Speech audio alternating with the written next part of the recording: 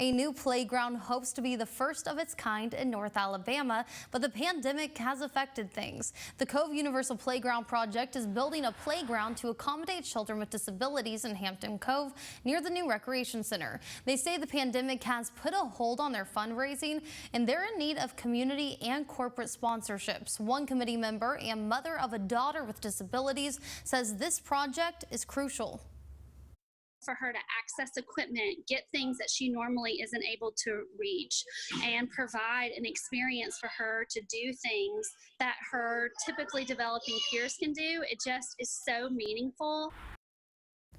The playground aims to open in November when the new rec center is expected to open. Head to rocketcitynow.com for more on how you can give.